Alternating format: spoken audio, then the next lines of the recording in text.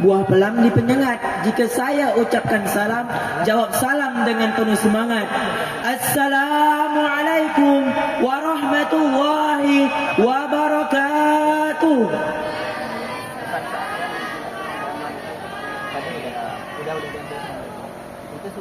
Bismillah masya Allah, la yasuqul khaira ilallah. Bismillah masya Allah, la hawla wa la quwwata illa billah. Alhamdulillah, alhamdulillahi rabbil alamin, wa bihi nasta'in ala umurid dunya waddin.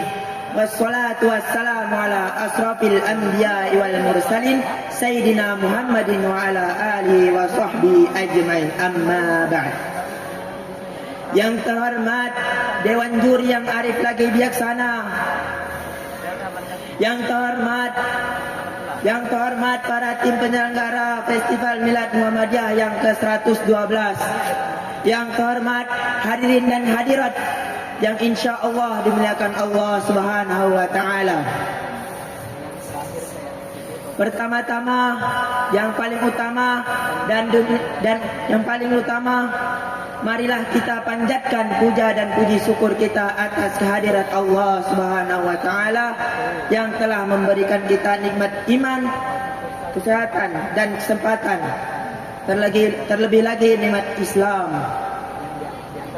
Salawat beriring salam tak lupa kita kirimkan kepada Nabi junjungan kita, Nabi besar Muhammad sallallahu alaihi wasallam, dengan mengucapkan Allahumma salli ala Sayyidina Muhammad wa ala ali Sayyidina Muhammad.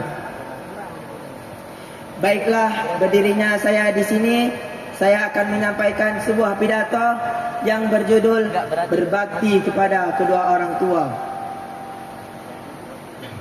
Berbakti kepada kedua orang tua bukanlah sekedar kewajiban, melainkan salah satu amalan yang paling dicintai Allah Subhanahu wa Ta'ala, bahkan berada setelah kewajiban salat.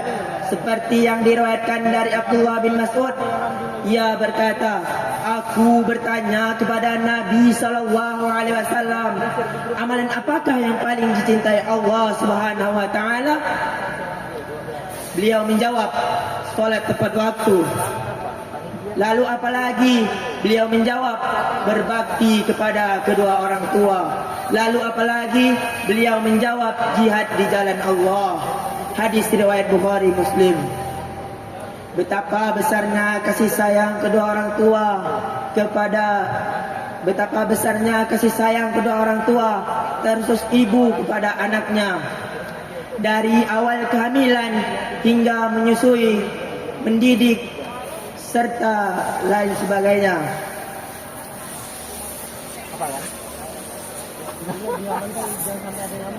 Bahkan ibu juga rela melakukan apa saja tanpa kenal lelah, bahkan hingga mempertaruhkan nyawa demi kebaikan anak-anaknya.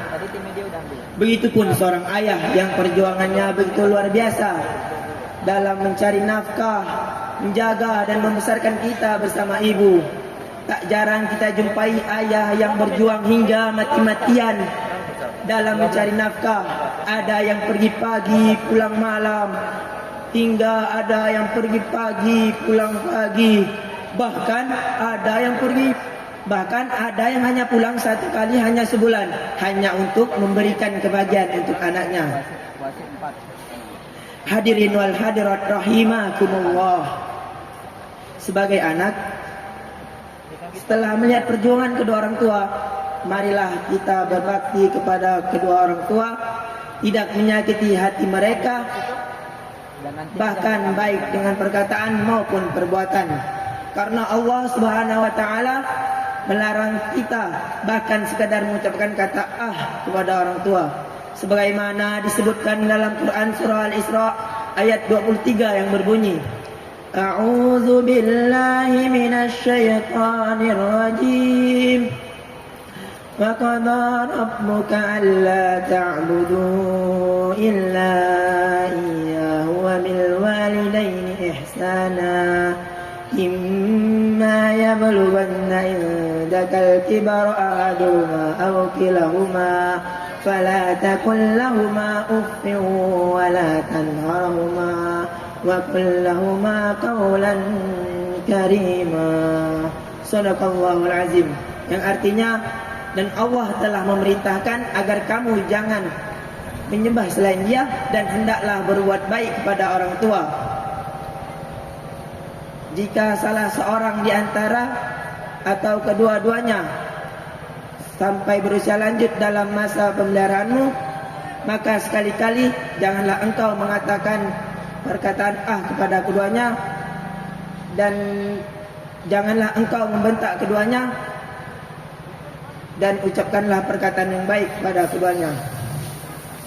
Untuk itu, marilah kita senantiasa berbakti kepada keduanya, mematuhi perintahnya selagi tidak melanggar perintah Allah Subhanahu wa taala, serta mendoakan mereka di setiap solat maupun di waktu-waktu lainnya.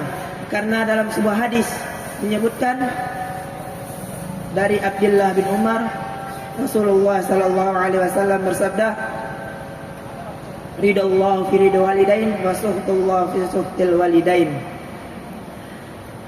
Yang artinya, ridha Allah terletak pada ridha orang tua dan murkanya Allah terletak pada murka orang tua.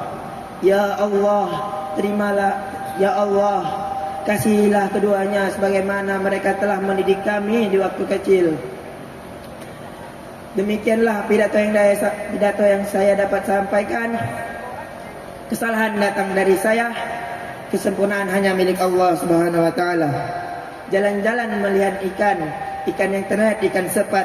Cukup sekian pidato yang dapat saya sampaikan, semoga memberi manfaat.